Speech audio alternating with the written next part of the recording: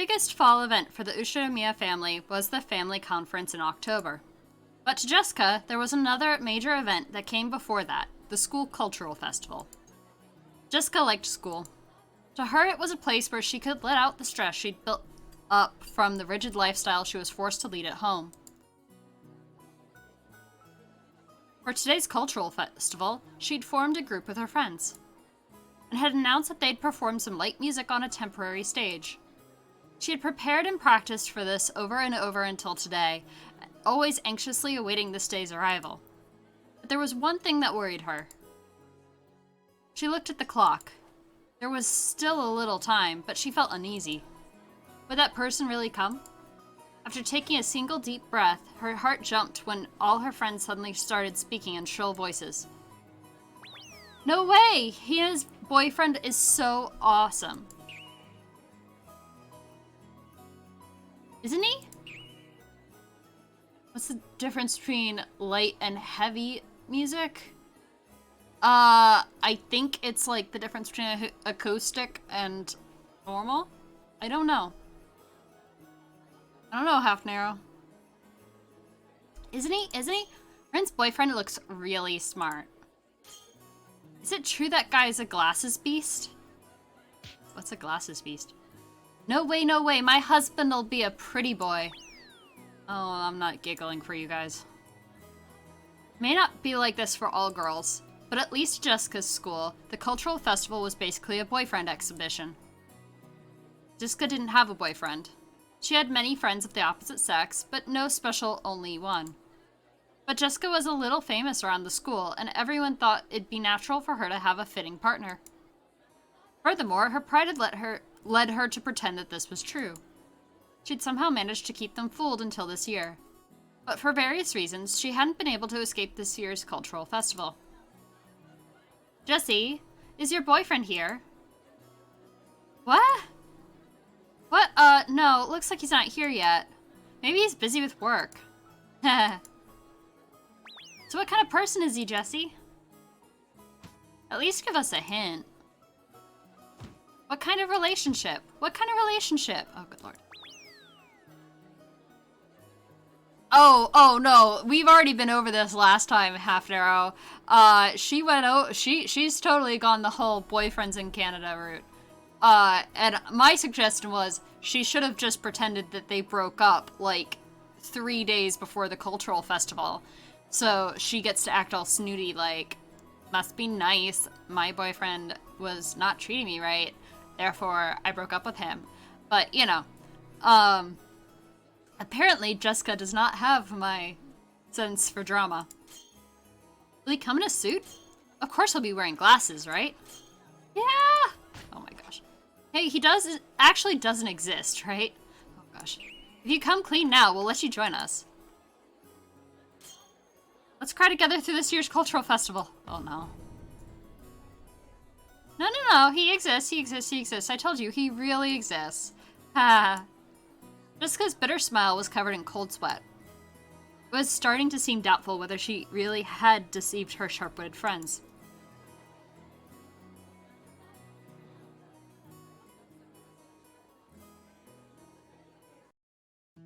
Okay, then how about making a fake boyfriend and taking him with you? A fake? Ooh, I can't think of anyone who'd do that. Shen's ridiculous plan surprised Jessica into hysterics. Even so, it was probably more realistic than the crazy methods running through her head about getting a boyfriend in the big rush before the cultural festival. For example, what about Canon-kun? Canon-kun? No way, no way. Anyway, I'm sure Canon-kun has work on the day of the festival. And I don't want to bother him. Of course, I've already checked the schedule. Canon-kun has that day off. Why are you always so clever when it comes to stuff like this? No way. It'd be even worse if he's off. I can't pull him away from a precious day off just for my own vanity. If you don't pull Canon-kun away, he'll always be shut away by himself. So I think it'd be perfect if you could drag him out of his shell. You think so? No, but I feel bad for him. Then I guess you're out of options. How about meekly confessing to everyone that you don't have a boyfriend? True, it may be terribly embarrassing, but you'd only have to endure it for the short yet long time before graduation. Shannon's brutal. To a pair of lovers, there's no sweeter honey than the face of a single person with an inferiority complex. Oh my gosh. Shannon! You're really worrying for my sake, are you? You aren't really worrying for my sake, are you? You're teasing me, right? Jessica wrestled about with Shannon, her eyes teary. But Shannon was unfazed, laughing with her usual smile. Yes, this is to get you back for making fun of me and George-sama all this time. Listening to Shannon's comeback, the likes of which didn't happen even once a year, Jessica hugged her cushion and rolled around on her bed, pretending to faint in agony. She couldn't stand Shannon's smile, which looked so triumphant, but right now, she was the only person Jessica could talk with. She could choke her to death with her cushion later. Is it really so bad, milady? It's a cultural festival, but it's also a chance for you to have fun with Canon-kun. No, that may be true, but... No. Jessica buried her head in her favorite pillow to hide the fact that her face had grown bright red. And she grumpily chewed the fingernail on her thumb. It really was a reaction to be appreciated. Shannon and Jessica were of about the same age, of the same sex, and friends. And they were both right in the middle of puberty. They could never talk enough about love. That's why they could talk freely about these topics to each other. Yes, not an anime trope at all. This is totally nowhere in the vein of tropes. So Jessica had heard a lot about how Shannon and George's love was progressing. And Shannon had heard a lot about what type Jessica liked, what kind of man she might be interested in. Judging by Jessica's reaction, it'd probably be rude for us to go into precisely what these things were. However, this story won't get anywhere if we just have Jessica rolling around forever, so let's dive in. Oh boy. Narrator. Jessica had been thinking about Canon ever since he'd shown up. It was extremely rare for young men to visit Rokunjima, so maybe it was natural for Jessica, a girl in puberty, to develop an interest in Canon. But if anyone said that, it would destroy the romantic ideals of a maiden's pure heart and love at first sight. Shannon had been with Canon a long time at the orphanage, so she'd known him since before they'd started working. So Jessica had asked persistently about what his hobbies were, what his favorite food was, what type of girl he liked. Even to Shannon, it was clear that Jessica was infatuated with Canon. Come on, isn't this a good chance to take Canon-kun on a date? But Canon-kun might also have someone he likes, so... wouldn't he take it badly if I made him go with me just to show off? People who aren't honest with themselves like you are... What was the word I learned from George-sama? That's right, I think it was Sundora. Apparently, that'll be all the rage in a decade or so. Wow, George Nissan sure is incredible. Managing to foresee future trends like that, good lord. No, wait. Are you saying I'm living in the wrong decade? Wah, I give up. The sound effects are... choice. Took several days of wasted efforts, but in the end, Jessica agreed to the plan of having Canon pretend to be her boyfriend. Shannon's not totally setting them up at all.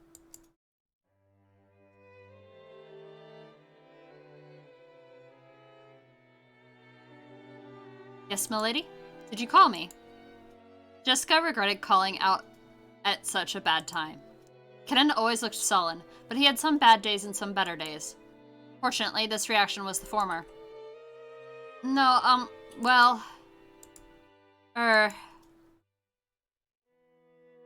All that confidence and effort she built up practicing in front of a mirror all night was wiped out in about 5 seconds. Jessica turned bright red and hung her head. When he saw that, Canon sighed. Jessica thought he was exasperated with her, and her face went pale. I heard from Shannon. This is about having me go with you to the school cultural festival, right? Hosted. Thank you, Eris, for the hosting. Huh? Ah. Nice one, Shannon. I mean... Yeah. That's right, but, Do you have any plans that day? I was strictly ordered by Shannon to work specially for you on that day, milady. Oh gosh. I have never been to high school, so I don't really understand. But I hear it's a place where girls can be shamed if they don't have a boy with them. And I was given special orders to see to it that the daughter of the Ushiromiya family is in no way inferior to the common people. Wow. Haha, Shannon, I'll beat you to death later. Jessica kept yelling in a strange voice and a broken smile like a tea kettle filling with boiled water. As Kenan watched this, he sighed again. Kenan wasn't an idiot either. He fully understood what Jessica intended by inviting him. But to be honest, playing along with Jessica's love game seemed like it'd be nothing more than an annoyance to him. However, Shannon had asked him over and over. He was deeply indebted to her, so he couldn't refuse. And that brooch was in his pocket. Could this strange turn of events have been brought about by the magical power residing in this brooch? Ridiculous. But he remembered what Shannon had said to him that day. Could Shannon see something he couldn't? I don't understand Shannon's feelings. We are furniture. As if we could ever become anything more. It was a truly odd exchange between Jessica, who was still rambling on in a strange voice, and Kenan, who sighed deeply.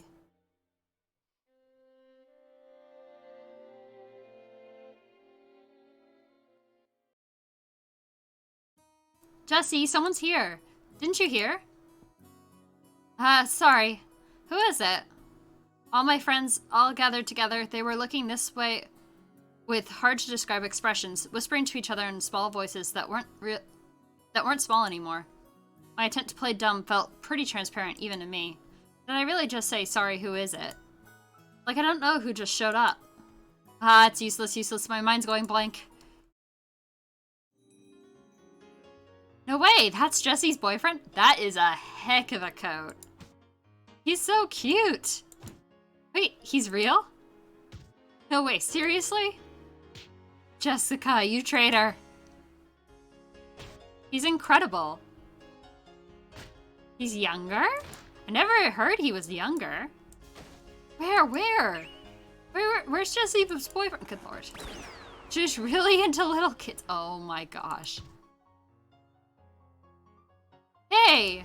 Aren't you late? I didn't know where the entrance was. I must apologize for my tardiness. Right, that outfit looks really good on you. Haha. Shannon said normal clothes wouldn't do, so we went and bought this the other day. Does it look strange on me? Haha, that's not true. Shannon, when I get back, I'll promote you 2 levels. Feels like everyone here's a girl. It's uncomfortable. Yeah, isn't it? Come on, let's not hang around here. Let's go to the stage, okay? Because I'll be up pretty soon. Come on. Jessica seemed just as uncomfortable. It looked like being bathed in everyone's interested gaze was hard on her. When he saw Jessica's appearance, Kenan thought he might have made things difficult for her by coming. I get the feeling I'm getting in the way.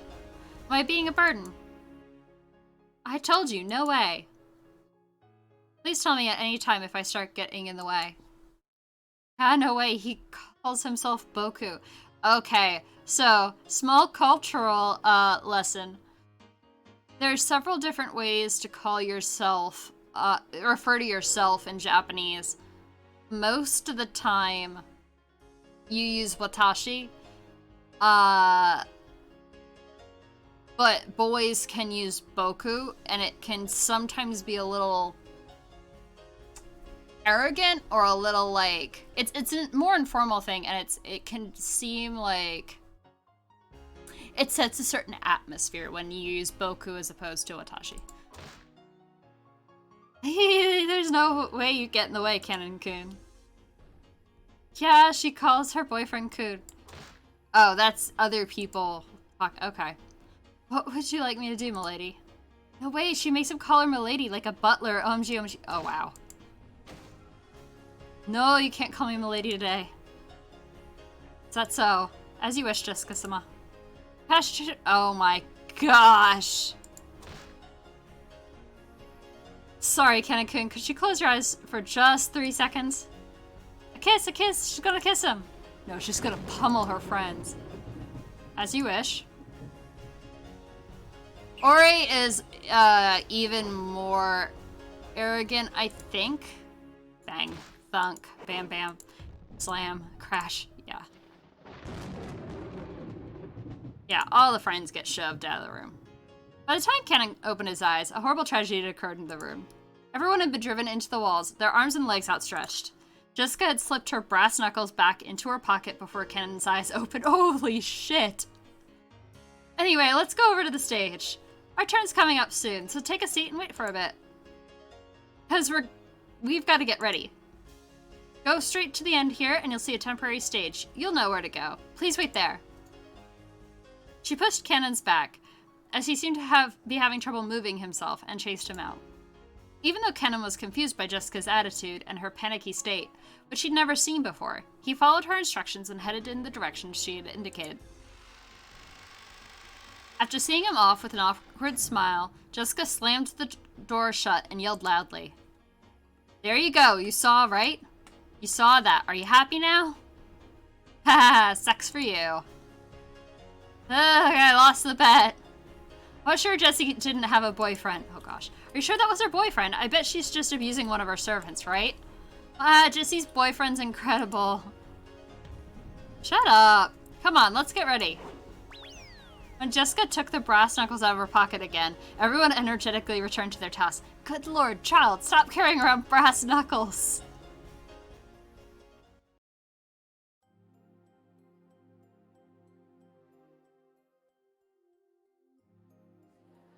Cannon went down the corridor Jessica had shown him, and ran into a temporary stage set up where the vending machines should have been. It was probably being rented by the hour by some group or club. The ones singing were student groups, but the crowd was still incredibly excited. Disliking that clatter, he leaned against the wall in the darkness by himself. So this is what they call high school. It sure is noisy. That's what Cannon thought. Then he remembered Jessica just now, acting in a way that he'd never seen before. Honestly, she was in such high spirits that alcohol might have been involved. To him, remaining composed and intellectual at all times was the highest virtue. In that sense, it was very hard for Cannon to get used to the atmosphere of a school cultural festival. He had a responsibility to report everything he saw and heard to the master. So he also had to report about how Jessica had acted without restraint earlier. That's unfortunate for Jessica. At the very least, it was not fitting for the daughter of the Shiromiya head family. Master, Karl-sama, and especially Natsui-sama, will probably be angry. If I am to report it in a way that protects Milady, should I blame it on the inappropriate school friends? What was all that? So stupid. Ken thought back on how Jessica had acted earlier and sighed again. He could understand Natsui's headache a little now. Come to think of it, Natsui-sama, as the president of the PTA, was supposed to go to an informal gathering after attending the ceremony in the gymnasium. She said she wouldn't be able to see Milady's performance, didn't she? That's probably for the best. Crowds certainly are unpleasant. What in the world is going on? Several female students keep glancing at me. It seems they're all whispering the same things Milady's school friends said, and it's truly unpleasant. Yes, inappropriate school friends is definitely a bad translation of high school comedy anime, which this is entirely right now. Come to think of it, didn't Shannon warn me? If you walk alone at something like a school festival, you'd better watch out because lots of strange people will come and talk to you. Excuse me, are you by yourself? Just as expected, a group of girls I've never met started talking to me. Their stare started to make my back tingle. Didn't she tell me some magic words that could chase them off in times like this? Sorry, I'm with someone. Oh, really? I'm sorry. It worked. Instant reaction. Well, that got rid of them, but it hasn't really changed the number of people staring at me. No, it's that kid. That's Jesse's boyfriend? No way. It's that kid? I can't believe it. I was sure he was fake. Isn't he cute? So he's younger? Lucky Jesse. There's no way I'll ever come to a place like this again. I'm inside for about the zillionth time that day. When he did, the lighting changed, and the standing audience started cheering.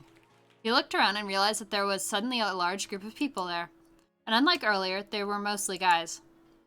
This huge crowd, he couldn't even see the stage. Fortunately, there was a fallen beer case. Beer case? Nearby, so he tried using that as a footstool. When he did, he realized there was now a new group on the stage. Their leader is Milady. She's changed into stage clothes, and she's even holding a guitar. I didn't know she could play. Then again, maybe she can play. I've seen her practicing air guitar before. Natsui-sama wouldn't approve of any hobbies outside study. Maybe she was always practicing in secret. Come to think of it, she's been returning really late from school recently, hasn't she?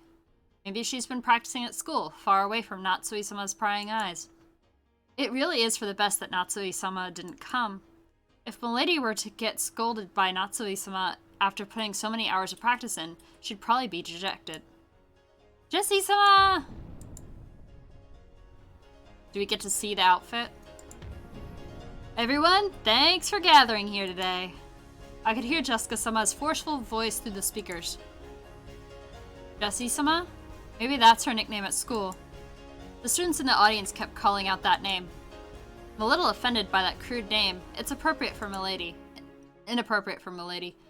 Jessica-sama was in high spirits as they kept shouting Jessie-sama. Everyone here was probably a fan.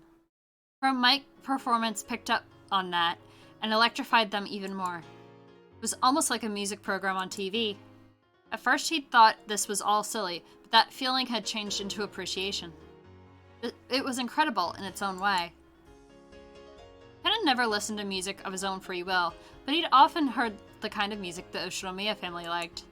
Since it was almost all classical, Kenan had naturally taken a liking to that kind of music. So to Kenan, the song Jessica sang was, how should you say it, extremely colorful. In any case, if Natsui-sama heard it, she'd probably faint. Oh boy, are you cursing up a storm? Oh boy!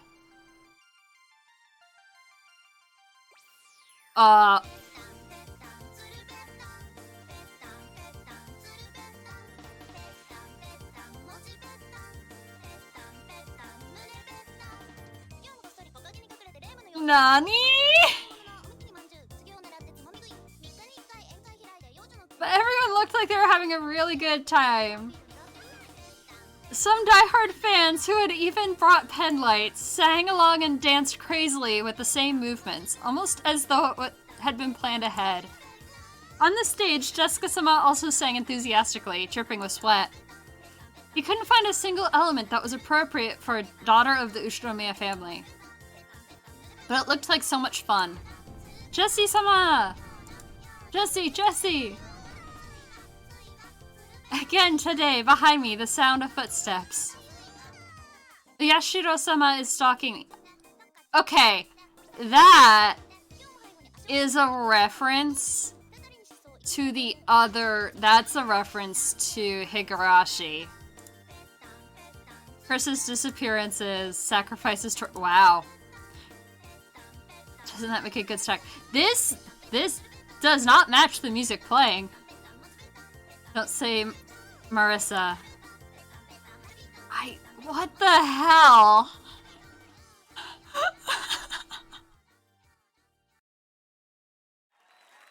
I must not go along with it, but at any rate, Milady is full of life and looks like she's having a great time. As I watched Milady enjoying herself, I thought, could this be Ushinomiya Jessica's true nature? I don't know. Bleh. Don't I know better than anyone that during her life on Rokunjima, she's had no choice but to kill her sense of self. So the time she spends, not as Milady, successor to the Ushinomiya family, but as a single girl called Jessica, living life to the fullest, must be very important to her. I've worked close to Milady, seeing her in all seasons, and I thought I knew everything about her. But that was all limited to one side of her, the Milady of Rokunjima. We are furniture. We serve on Rokunjima and end our lives on Rokunjima. So I've come to think of Rokunjima itself as our whole world. As though, like in Ptolemaic theory, the ocean spilled off the end of the world into an abyss. When I look at Milady like this, I can see how horribly narrow that outlook is. I still can't go along with the excitement of the crowd, but I feel like I can see something that cannot be seen on Rokunjima.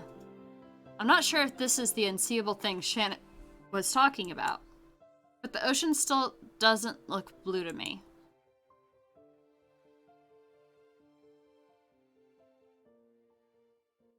Oh boy.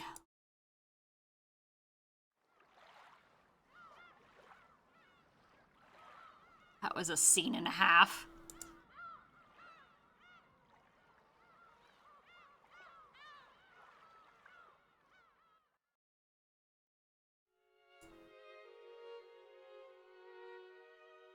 Wasn't the cultural festival at Jessica's school today? How is the principal doing? He seemed to be in good health. That's right, Diet member Takamiya was also there. He said to give you his regards. Busy as usual. It appeared so. That person is also very energetic. Oh, and I believe President Emoto also made an appearance. Naturally, the topic of Jessica's cultural festival came up at dinner. School events often became social gatherings for local volunteers. It was the same for the Ushiromiya family, who are celebrities around here. Natsui remembered the name of one VIP after another at that social gathering, telling Cross the news about them. Jessica didn't really have any interest in that discussion and rudely slurped her pumpkin soup. Milady, perhaps you ought to take more care with your manners. Yeah, sorry about that. Jessica, how many times must I tell you to watch your language? Yes, ma'am. That's funny because usually slurping in Japan is, at least with noodles, it's considered to be a compliment to the chef.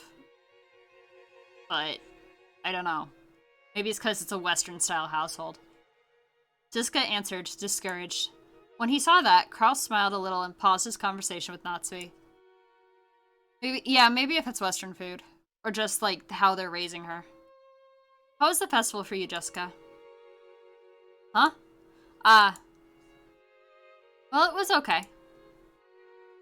I was watching. You did an excellent job. Huh? Well. Jessica's face turned bright red.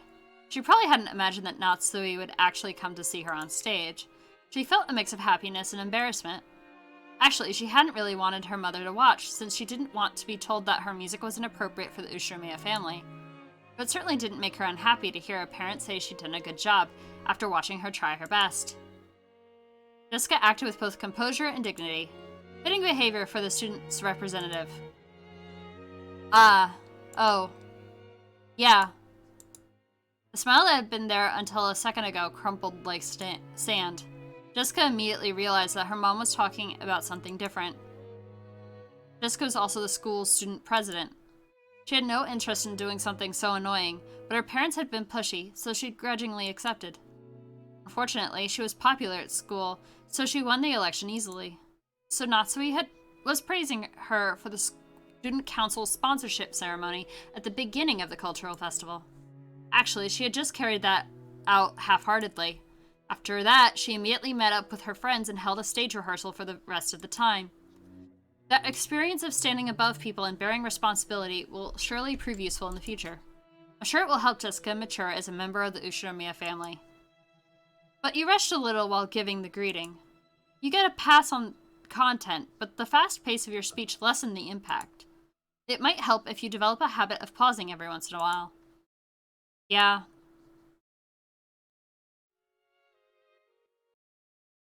Jeez. Tough crowd. After she was finished eating, Jessica didn't feel like going straight to her room. Her room was basically the place her parents had ordered her to be. So perhaps for Jessica, instead of returning to her own room, being in an unknown location in this large mansion was a meager form of resistance.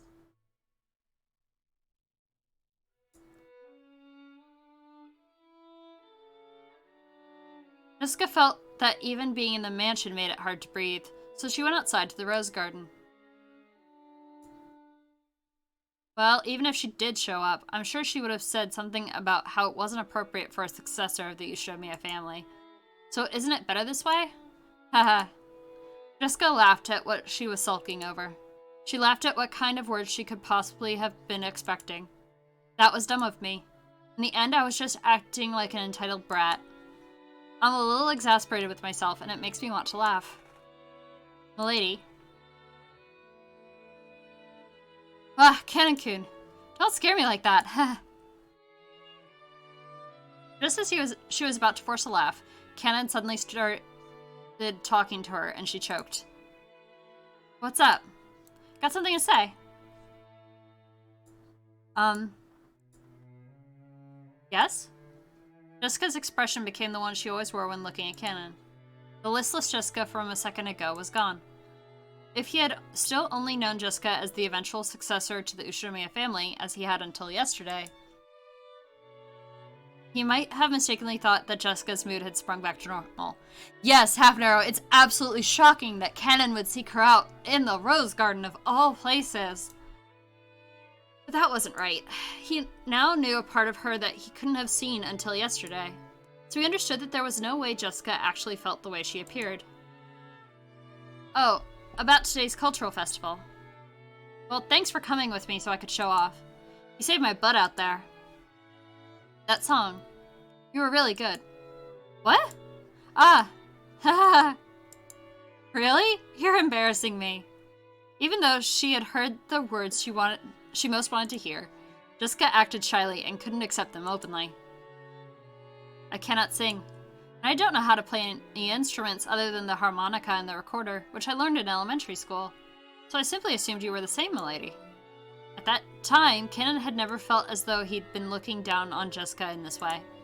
But all the people he'd seen playing special instruments were on the other side of the brawn tubes in the TV. At the very least, he'd been under the impression that it'd be impossible for Jessica. I am furniture, so I didn't believe there was any need to sing or play instruments. But I'm not sure anymore. Seriously, Canon-kun?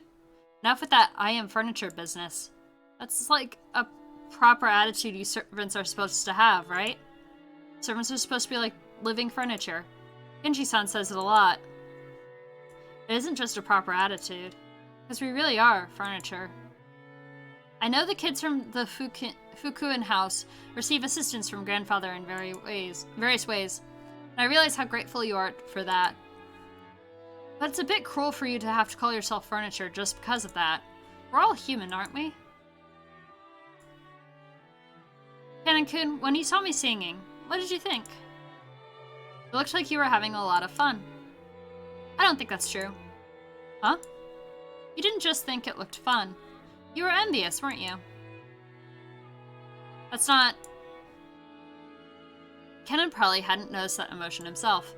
Most likely, Canon saw something he'd never seen before, learned about it for the first time, and felt envious.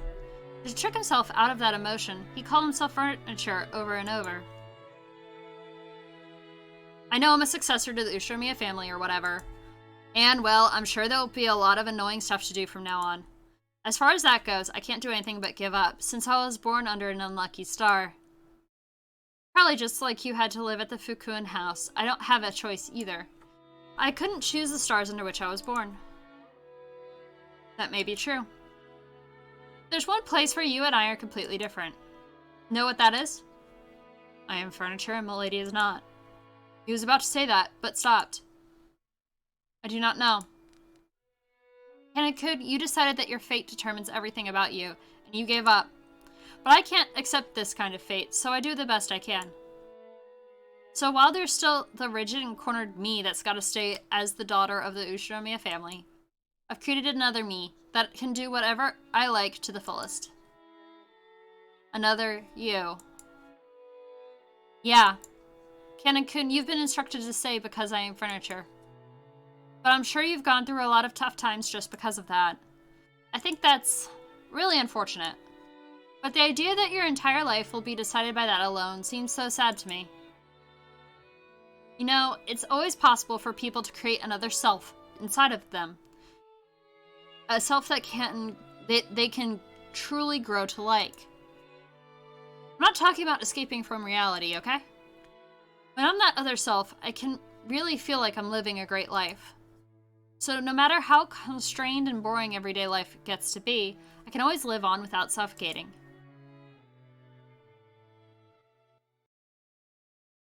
To make another self inside yourself. that you can truly grow to like. To make another me, one that isn't furniture. Through her relationship with George Sama, had Shannon given birth to another self that isn't furniture? Did this other Shannon see something that cannot be seen by furniture? That's right. Well, I don't know anything about your private life, Canon-kun, but I can sort of guess. Your private life probably doesn't exist at all. Am I right? Canon couldn't reply, but that was answer enough. He had no concept of a private life, so Canon would always be Canon. So furniture would always be furniture. Canon-kun, Canon isn't your real name, right? In the Fukuen house, new graduates would be given new families and a new life, so they were also given a new name. In his case, that would be Canon. Certainly, this name of mine may be a temporary thing. Before, he had thought of himself as Canon and no one else. But he remembered. There definitely had been another self that wasn't Canon. But that was far, far away, beyond the distant fog of oblivion. So even for you, it should be okay to have times where you're Canon-kun, times when you aren't. Maybe when you act as a servant, that Canon-kun calls himself furniture and strictly limits his own will. But when you aren't Canon-kun, I think it's okay to live much, much more freely. Those words definitely weren't just lip service. Jessica had also been like this in the past. She had cursed her own birth into an environment different from all of her friends at school. Only she had been in a heavily constricted environment, forced to learn all sorts of things. And she had even been told whom she was and wasn't allowed to play with. It may have been sad, but she'd given up, resigning herself to the fact that she'd been born under that kind of star. But one day, Jessica stopped giving up and surrendering. Stuff like the Ushiramiya family customs and pressure didn't matter. She created a real Jessica inside herself, one who could do what she really wanted to do. You know, I go by the nickname Jessie at school. When I'm Jessie, I live honestly and to the fullest. Because of that, I can do my best when I'm Jessica too. Would it really be so bad if you could also have times when you're Canon and times when you're, your real name? When you aren't Canon, can't you try becoming another self that you can like? A time when I'm not Canon. He'd once thought of his real name as being completely meaningless. Because of that, he'd thought that Canon summed up everything about him. And now Jessica was telling him to create something new, another self that wasn't Canon. Canon-kun, if you don't mind, tell me, what's your real name? He was silent for quite some time. Maybe Canon's real name had risen to the tip of his tongue. After hesitating a long time over whether he should say it, in the end, he swallowed it back down. I forgot. My name doesn't matter anymore. Those words contained a faint rejection. No matter what kind of real name I had, the only truth now is that here, I'm Canon. The past has nothing to do with anything. The materials with which furniture is made, be it the trunk of a tree or otherwise, are meaningless in the end. I told you to stop that. You aren't furniture, you're human, right? I'm not human. Canon clearly voiced his refusal. It was with a rage that he normally didn't show. Jessica couldn't say anything back and was struck silent. You are human, milady, so you are free to live any way you please. And any kind of future is possible for you. It's almost like you have wings and can dance through the sky like a bird. But I am not like that. Even if I looked like a bird, I'd be nothing more than a domestic duck. Even though they have wings, they cannot fly. To speak to me of that dream in the sky despite that, it's just too cruel. Furniture and ducks. What the hell is all this? No. Jessica had unconsciously gone along with Canon's forceful manner of speaking, but she realized that she shouldn't fire back and swallowed her words. I don't know anything about you. I don't even know your upbringing. I don't know what the hardships you've been through. So I can't even imagine why you started calling yourself furniture. But know this, you aren't furniture or a duck. You're a real human. Yeah, Canon needs some deprogramming. If you want to say Canon-kun's furniture when he's working as a servant, that's fine. But in that case, don't you think you can create a self for when you aren't furniture? For when you're human? Only a human like Milady can embrace that possibility. I am not like that. I have no future, no possibilities, no dream that I am allowed to see. So, Milady, please don't say any more cruel things. Why? Why do you say stuff like that? Because it seems like you mistakenly think I am human, the same as you, Milady. We are different sorts of beings. I just wanted to make that clear. I heard from Shannon. Something about Milady liking me. What? No, what? I look almost identical to human. So, like Shannon, I could probably delude myself into thinking I'm human. Pretend to love for a time. But then I would surely be fooling myself. No, I'd be fooling you too, Milady. Shannon and George Sama will definitely fall apart. Good lord! Even though Shannon herself probably realizes that day will come, she's taking part in such a stupid... There's nothing stupid about it. Sure, George Nissan's a wonderful person, and he's got to match up to his parents' expectations. Sure, when it comes to marriage, Aunt Eva will interfere in various ways, and I think their future prospects look like they'll be full of trouble, okay? But you know what? George Nissan isn't the kind of guy who'll surrender to that shit. Shannon's no Juliet, and he'll definitely bring her happiness. People cannot engage in romance with furniture. What I'm trying to say is that even if you can love furniture, I cannot love you, Milady. Those words of Cannon's crushed all of Jessica's bittersweet feelings from that day. There was no way her emotions could have predicted that she'd be refused so bluntly. In an instant, she lost the willpower that had led her to try and unravel something stubborn in Cannon's heart. And before she knew it, she was just standing there in shock. Milady, if your feelings for me were due to my conceit, then I must ask that you forgive me. No. Well, I won't deny that. Thank you very much. Huh? Thank you very much. For thinking of me as human. Those feelings alone really do make me happy. Anything more would be too cruel for me, so... No, I've said enough. Sorry about that. Jessica recklessly scratched at her head and spoke, trying to force her voice to sound bright. I just kinda ran on ahead by myself and was a burden on you. I'm really sorry. I'm sorry for causing so much trouble on your precious day off. No, I was also happy that I could see you having fun. Then let's call it a night. If I don't go back to my room and turn off the lights, Mom will get mad at me again. That's probably for the best. I wish you a good night, Milady. Yeah, good night. Kenan saw Jessica trot away with her back to him, looking disheartened.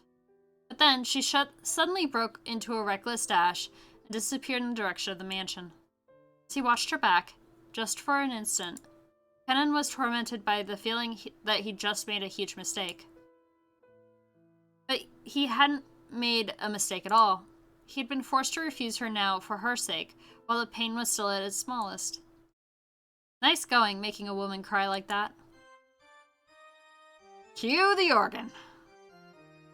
I didn't expect you to refuse her that strongly. If you'd given a normal answer, any other pair of lovers would have been born thanks to my magic.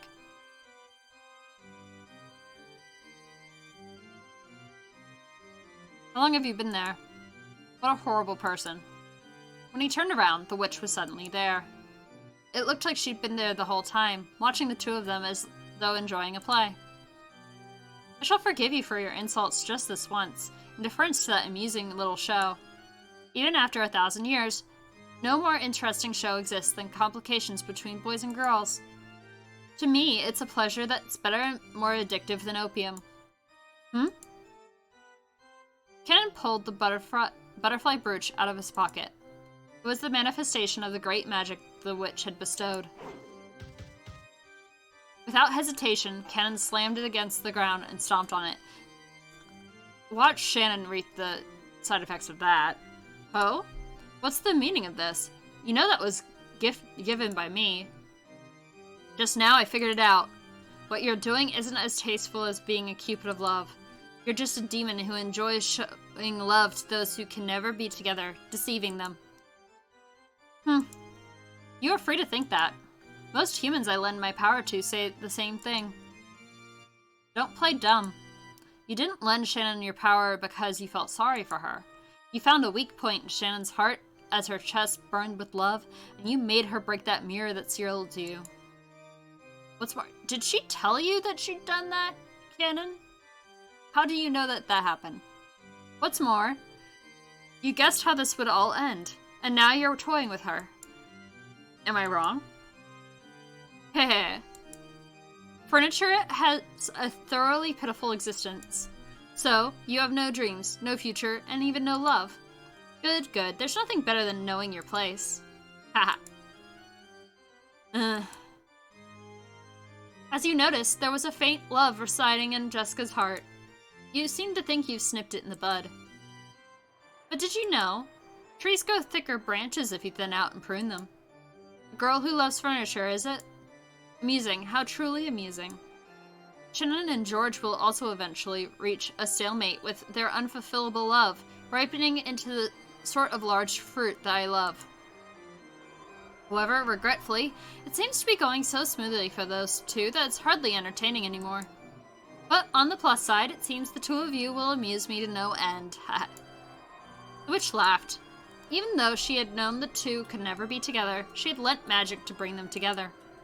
However, they couldn't escape the fate that prevented them from ever being truly joined.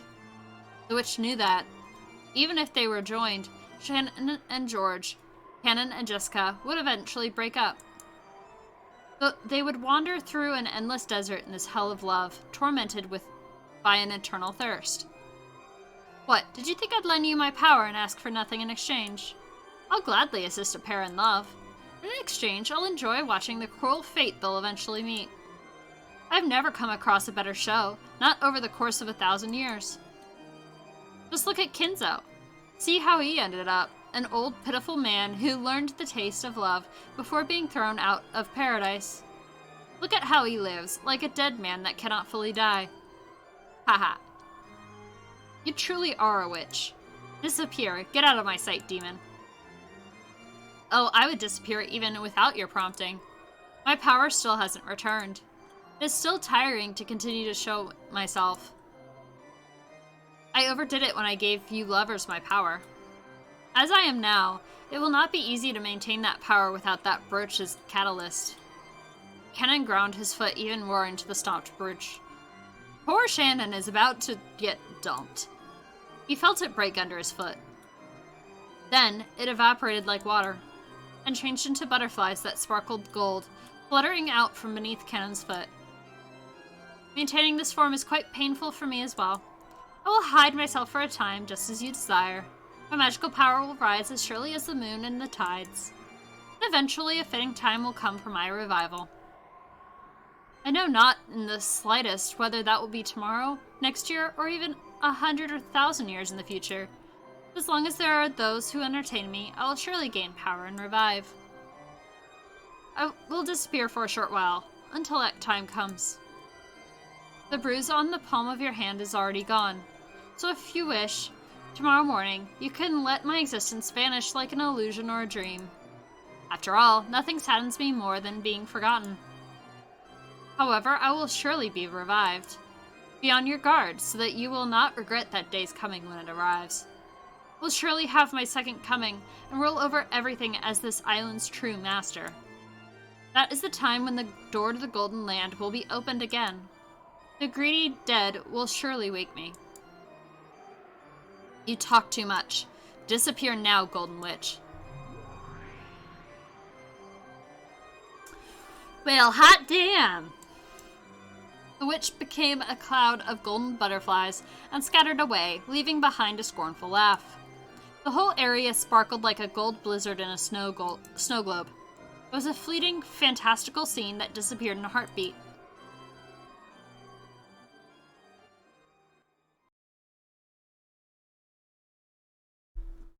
The witch could no longer be seen. However, Kenning felt like he could still hear that shrill, unpleasant laugh. Ah, how amusing, how truly amusing. Why is the human world still so amusing after all the years I've been away? Go mad with love. Go mad with gold. Those who don't go mad from one of the two are not human. I see, so that's why the word furniture is so fitting. Haha. Furniture is created to serve humans. And I cruelly treat humans as playthings to sate my 1,000 years of boredom. What a truly amusing three-way deadlock that I cannot control furniture. Kenzo, you fool, what a truly entertaining scheme you've worked out. Furniture, you fools, just you try and see if you can fell me. Tonight, 2 seeds of love have been sown. Including the one already sown, that makes 3.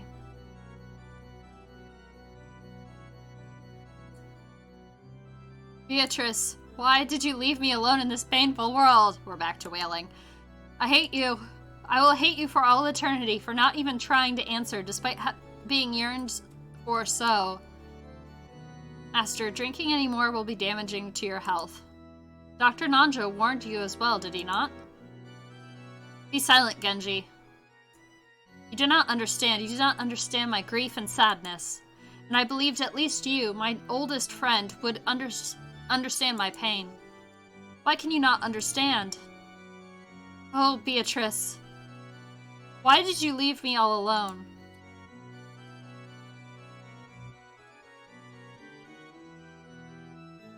Ah. What the hell do you mean, furniture? I don't get it. Oh, poor Jessica-sama. Even though the cries I hear coming from your room tell me of the situation, there's nothing I can do. This is all a tragedy due to a pair who are too young getting too close when the positions of their birth are too distant. I can do nothing but understand Milady's feelings, hide my footsteps, and quietly walk away. Bye, Kumasawa. Bye! Okay.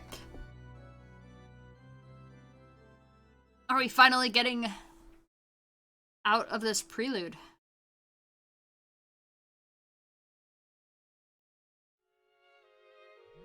Resubscription received. Apparently you were doing something right, Captain. Half Narrow, thank you so much for 3 months There's always subscription. A Thank you so much. What do you mean by that, George-san? I mean what I said. I still haven't built up my castle. Once I have managed to do that, I'll finally be able to think of myself as an adult. When that happens, I want to marry you. That's but my heart won't let me do that anymore. So I want to give you an engagement ring. Engagement? You say?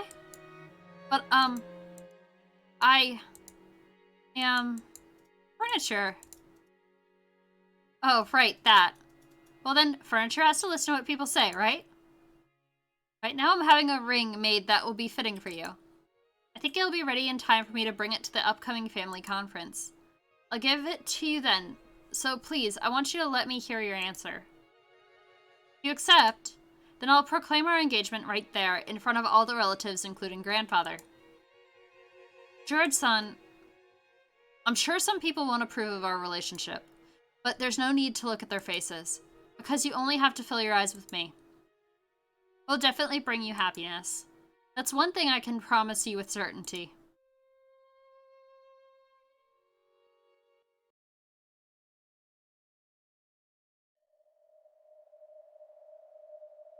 Oh boy. I just can't wait to see how it'll ripen. The gold butterflies do not swoop upon the juice of overripe and rotting fruit. I don't know what this muttering is in the background, but it's very weird. I cannot wait for the day of harvest to come. Is the time of the banquet here yet? Haha. Oh boy.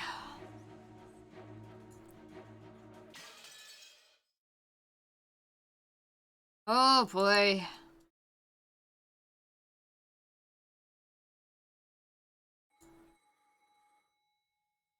We're at the first day.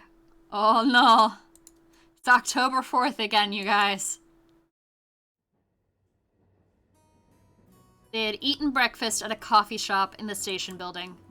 By chance, the inside of the shop had been decorated with Halloween colors, since it was October. Maria had seemed to be awfully pleased with that. For quite some time, she had talked loudly inside the train about wanting to have a Halloween festival, without caring that she was attracting the attention of others. Halloween is popular in Europe and America, but people aren't that familiar with it in Japan. The shopping district was colorfully decorated with orange pumpkins, but the costume parades of children demanding sweets and saying trick or treat were nowhere in sight. Ugh, I want a Halloween festival. I don't want to wear these clothes. I want to look like a witch. You, A, already do look like a witch. Slightly. And B, I did not miss doing your voice. Ugh, gosh. The family conference isn't for playing. We're going to meet grandfather, so you have to dress up nice. While it wasn't completely full inside the train, it was really packed, with almost all the seats occupied by passengers. Maria was making a fuss among them, stomping her feet on the seat while Rosa scowled at her. Rosa had warned her many times to lower her voice, but Maria hadn't obeyed her at all. Once Maria got like this, no matter how much she tried to explain the situation or calm her, she wouldn't listen. Before, Rosa used to pamper Maria and give in to her at times like this. But that had probably been a mistake. Yes, I do agree that the family conference is adult playground. It's totally an adult playground. Like, I've been to enough family reunions to know that while the kids might find it a little boring, that is an adult playground. That probably had been a mistake. Surely Maria had gained the mistaken impression that throwing a tantrum long enough would make her mother give up and do whatever Maria said. Rosa had realized that error with the help of an educational book, and since then, she'd hardened the part of her heart that wanted to pamper her beloved daughter. Her mutual understanding with Maria began to grow weaker and weaker, and she began to get discouraged by her own powerlessness more and more often. Halloween, Halloween! If you don't give me sweets, I'll play a prank. Ooh. Don't have any sweets to give you. We just eat breakfast. If you don't give me sweets, I'll play a prank. If you don't give me sweets, I'll play a prank. Ooh. Oh boy. A stout old woman who was sitting nearby as Maria stomped her feet, picked a candy out of her handbag and held it out to Maria. Ooh, I got a sweet! I got a sweet! Look, look, Mama! Mama! Happy Halloween! Hey, Maria, you can't just accept sweets from strangers, right? Give it back. Oh, don't worry about it. Ho, ho, ho. She's such a spirited young lady. She does look less like a toddler. I almost feel like it's creepier somehow. Like, the big eyes of the previous one made it seem more... I don't know. There was something about the previous art that seemed more fitting for Maria. And this one, it looks a little less cartoony. So it's harder for me to, like... It was easier to set aside her antics when she looked less human. Basically is what I'm saying. She's such a spirited young lady. How old is she? Maybe there was no malice in the old woman's words. However, Rosa seemed to find that remark extremely humiliating. Maria, haven't I always told you not to accept sweets from strangers? Ugh, ugh. She gave it to me. Ooh. No, it's mine. Let go of it. How many times do I have to tell you to do what Mama says? It's mine, mine. Oh, good Lord. Oh, boy. Don't I always tell you not to say ooh? Cue ooh. Rosa reflectively hit Maria violently on the cheek. In a flash, Maria started crying loudly. Rosa immediately took the candy from Maria's hand and pushed it back towards the dumbfounded old woman sitting next to them. Please, do not just give sweets to my daughter. That's a terrifying look. I'm sorry. Breathing heavily, Rosa once again held the candy out to the old woman. After getting flustered about what she should say for a few moments, perhaps the old woman realized that her actions may have troubled the parents' parent and child. She accepted the candy back, apologizing.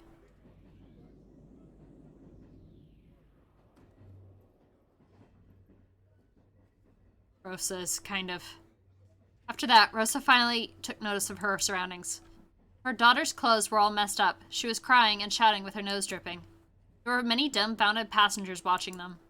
Except for the sound of the train running, the interior was completely silent. Fortunately, that pitiful silence didn't last more than a short while. However, it was followed by an even more painful atmosphere as everyone began to whisper. Maria shouted, cried, kicked, and stomped her feet as usual, paying no heed to the people sitting around her. Impulsively, Rosa tried to slap her again, but she noticed the cold eyes of the people in the train, and couldn't. Oh boy.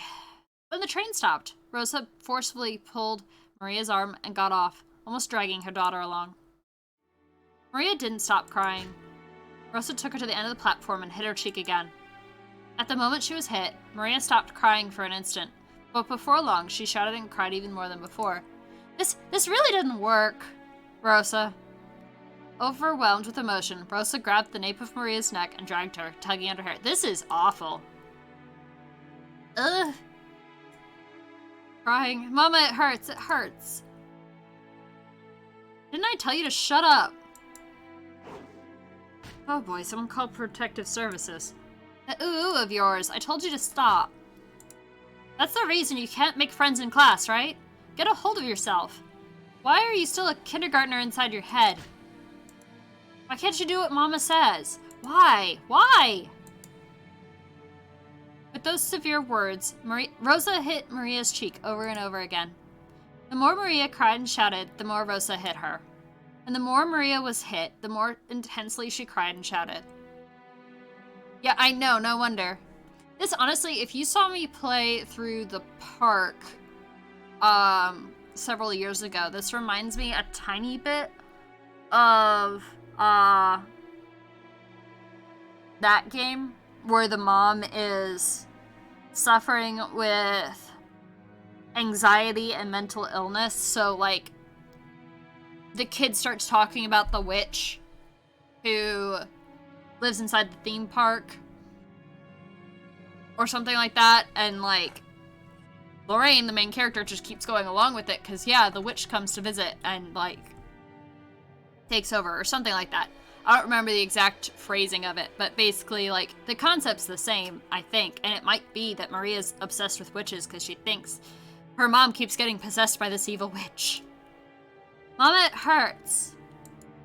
Save me. Mama, save me. Ooh. Why can't you stop saying ooh? That's exactly why you can't make friends. This is why Papa's business trip never ends.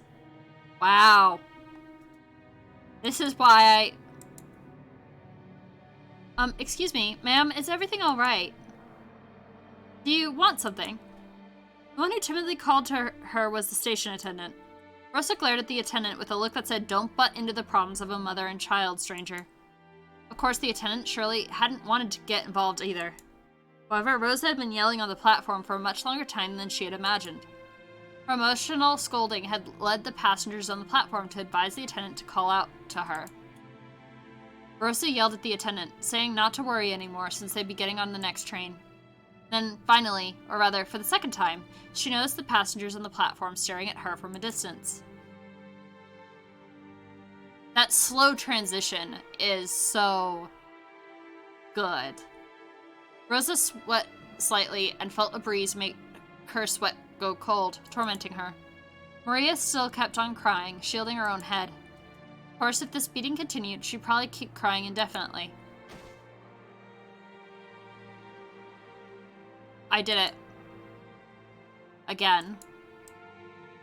As the terrible heat in Rosa's head faded, she knew she had surrendered her soul to evil again.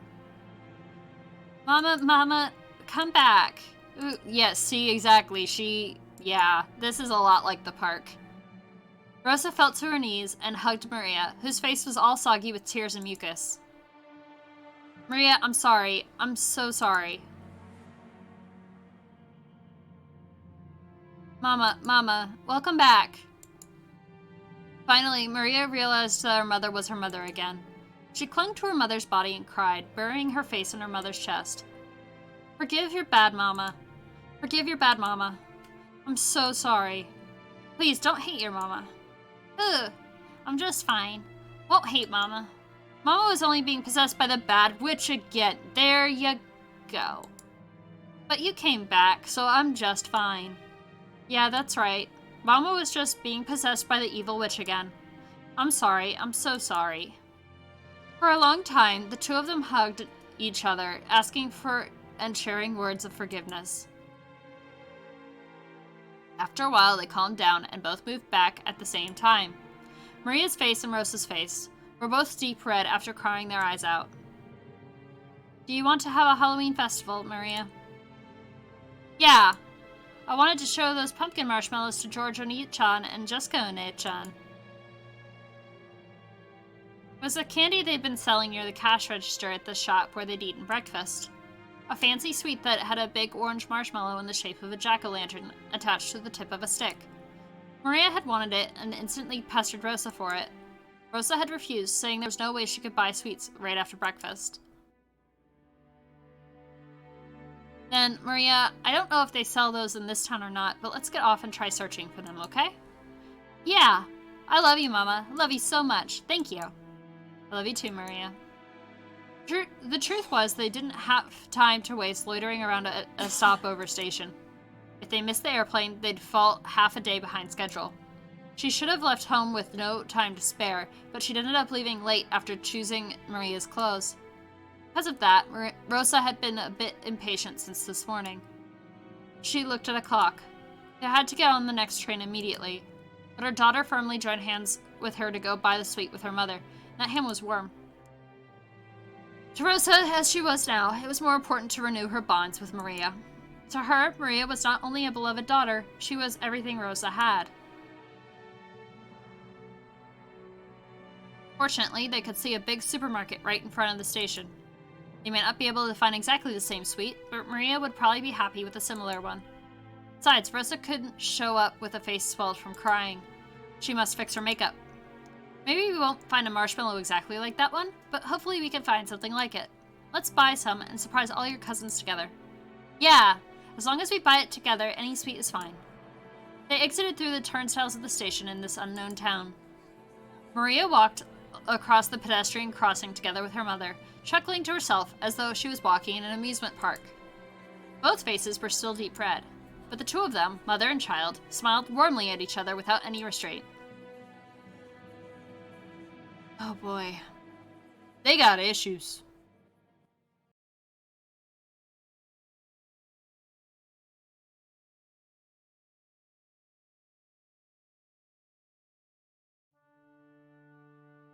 Dear, what are you doing in a place like this?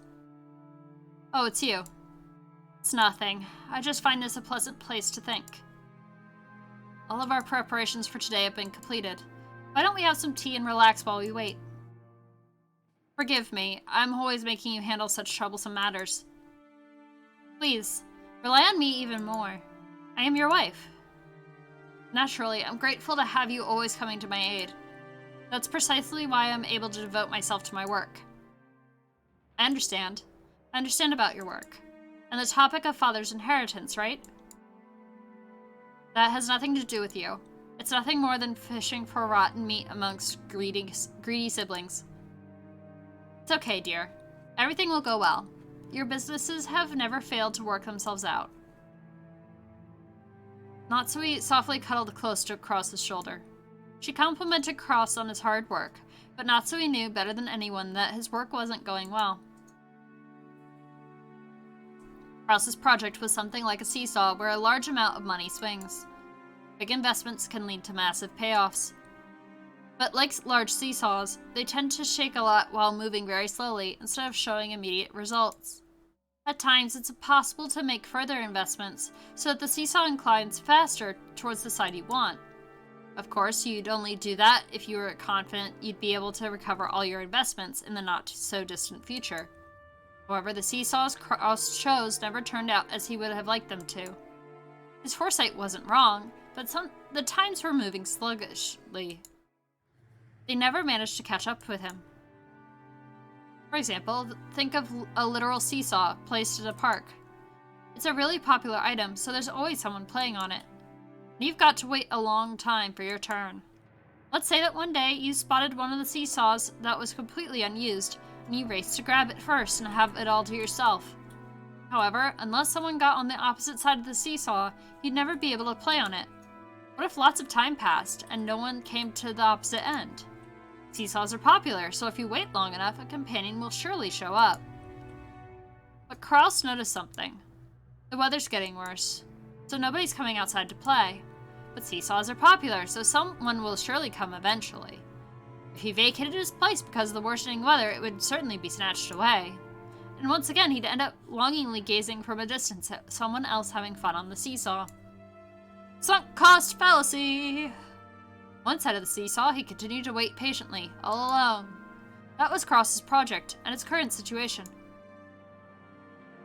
If only I had a bit more courage and the self-confidence to believe in my own foresight, I would never have failed. Yes, that's true. Your foresight is never wrong. You are the only one who inherited Father's resourcefulness. You inherited an innate disposition that none of the other siblings did. But I could never believe in it. I always shut my own projects down like a coward. Why can't I believe in myself? Who would believe in a man who can't believe in himself? Nobody believes. I'm always sitting on the seat where the losers must sit. And my father, my mother, my siblings all sneer at me. How long is it going to take for me to be set free of this emotional complex? Just how long will it take? Natsui was the only one who knew. Only she knew of Kraus's anguish. As the eldest son of the Ushiromiya family, who would soon be forced to bear an immense responsibility, he couldn't open his pained heart to anyone, and was always getting compared to his father's great enterprises. I've made preparations concerning all other matters, so that you will be able to devote your attention entirely to the family conference. Yes, everything else has been seen to. Thank you. Will there be any problems dealing with Father? No. Genji and Dr. Nanjo are on our side. I'll never allow those greedy siblings to make contact with our father.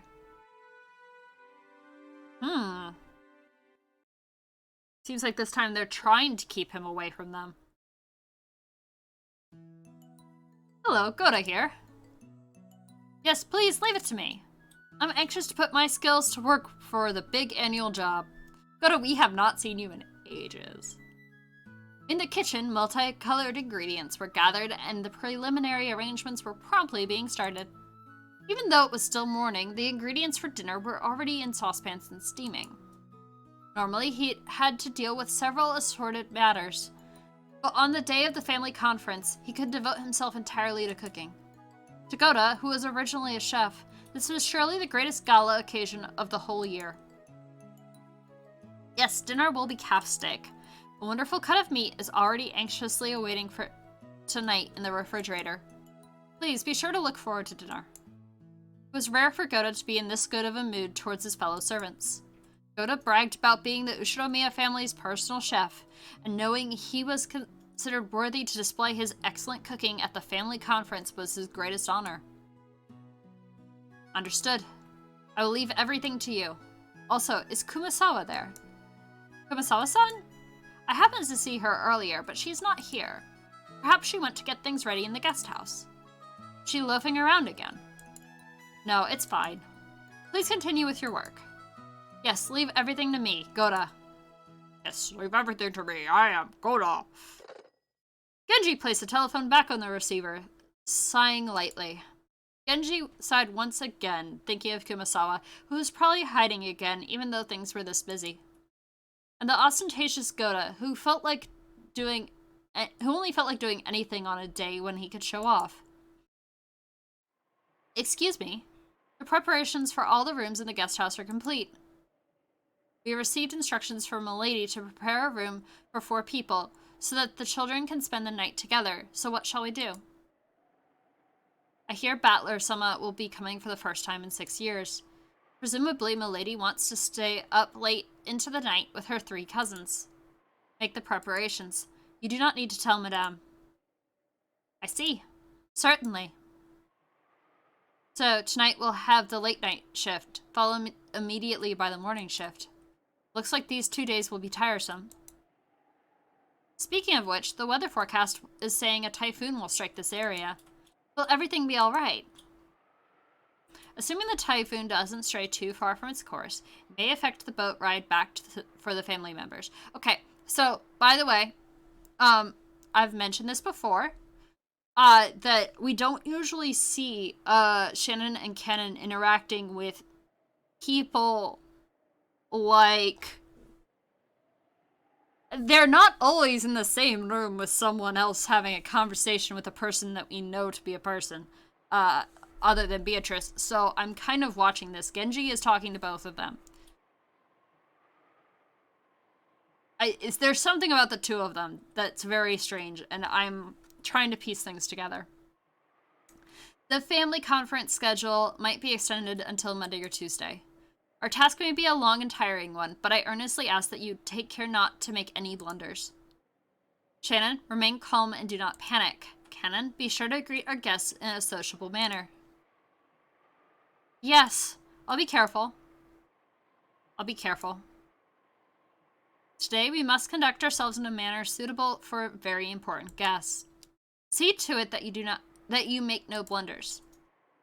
We understand. All guests who visit here are important. Canon, in the truest sense, we will be receiving a very important guest today. Make sure that you are prepared. Yes, sir. Yes, they do even have similar hats. Shannon, is something the matter? You seem to be uneasy. Do you have some prior engagement at this time? Huh? No, it's nothing. The word engagement is particularly choice. My apologies. Nae-san, important guests will be arriving today. Detach yourself from your private life. I don't know what you mean by private life. As Shannon blushed just a bit, she turned her gaze away from the clock. Was it about time for the airplane carrying the family to arrive at Nijima? She had tried to hide the fact that her upcoming long-awaited reunion with George was making her heart race. But Kenan, who stood beside her, seemed to see right through her.